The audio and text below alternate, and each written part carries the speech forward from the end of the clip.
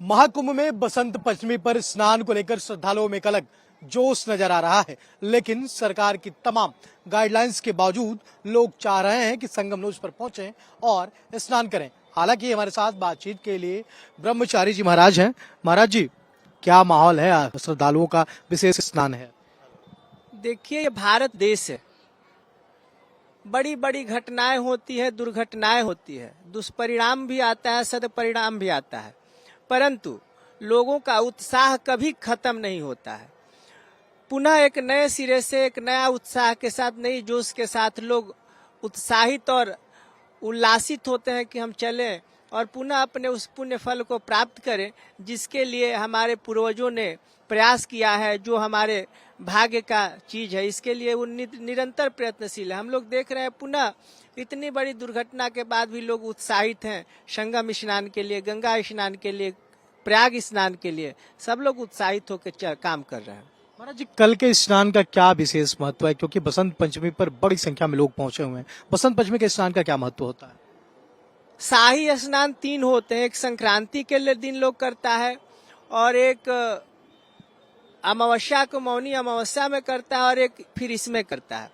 तो ये तीसरा और अंतिम शाही स्नान है, इसलिए सब लोग उत्साहित हैं और स्नान करना चाहते हैं। बसंत पंचमी और ऋतुओं में जो बसंत होता है, ऋतु नाम कुसुमाकर, तो लोग बसंत में बसंत के मूड में स्नान करना चाहते हैं और भगवती आह्लादिनी शक्ति माता राज राजेश्वरी की जो पराशक्ति सरस्वती की पूजा भी करते हैं। दरअसल महाराज जी, एक और नरेशन लोगों के जहन में रहता है कि हम जाएं और त्रिवेणी संगम पर ही स्नान करें, जबकि त्रिवेणी संगम में पिछली बार काफी भीड़ हो गई थी, जिससे एक दुखद दुर्घटना भी हुई। तो आप क्या अपील करेंगे श्रद्धालुओं से?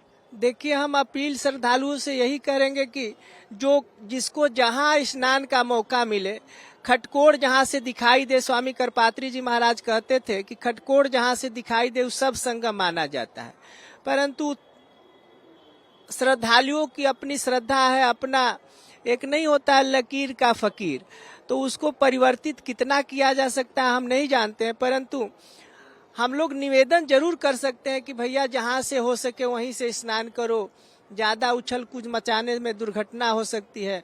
हम सब श्रद्धालुओं से अपील करते हैं कि जो शास्त्रोक्त विधान है उस अनुसार स्नान आदि क्रियाओं को करते हुए भगवान का स्मरण करें और इस महापर्व में हम लोग अपने आप को आनंदित और आह्लादित करें।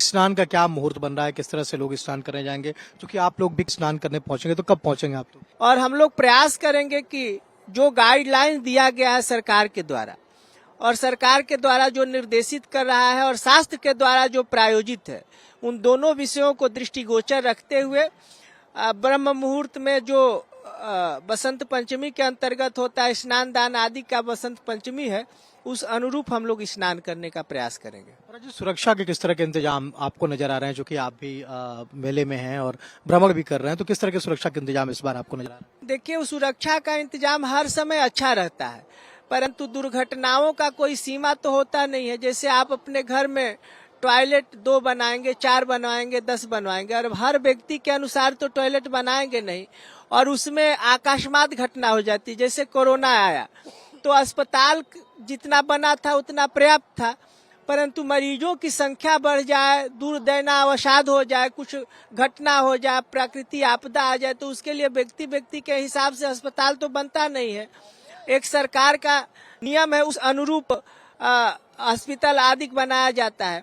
तो उसी प्रकार सुरक्षा का पर्याप्त व्यवस्था। अब अकस्मात कोई घटना हो जाए तो इसका कोई पारावार तो होता नहीं है, वरना कोई पूर्वानुमान लगा के बैठा रहता है। घटनाएं तो हो जाती हैं, और कौन करता है, कैसे करता है, इस पर विश्लेषण और अन्वेषण चलता रहता है।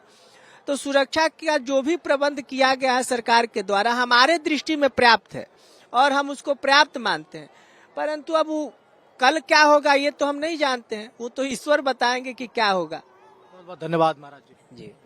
तो हमारे साथ बातचीत के लिए ब्रह्मचारी अभिषेक जी महाराज थे, जिन्होंने कहा कि देखिए, सुरक्षा के पुख्ता इंतजाम है और इसके साथ ही ब्रह्म मुहूर्त में सभी लोग जाएंगे, स्नान करेंगे। और श्रद्धालुओं से इन्होंने यह अपील किया कि सिर्फ संगम नोज पर ही स्नान करना अनिवार्य नहीं, बल्कि अन्य घाटों पर भी आप स्नान करके पुण्य फल की प्राप्ति कर सकते हैं। कैमरा पर्सन स्वास्तिक के साथ राहुल पांडे, भारत एक्सप्रेस, प्रयागराज महाकुंभ।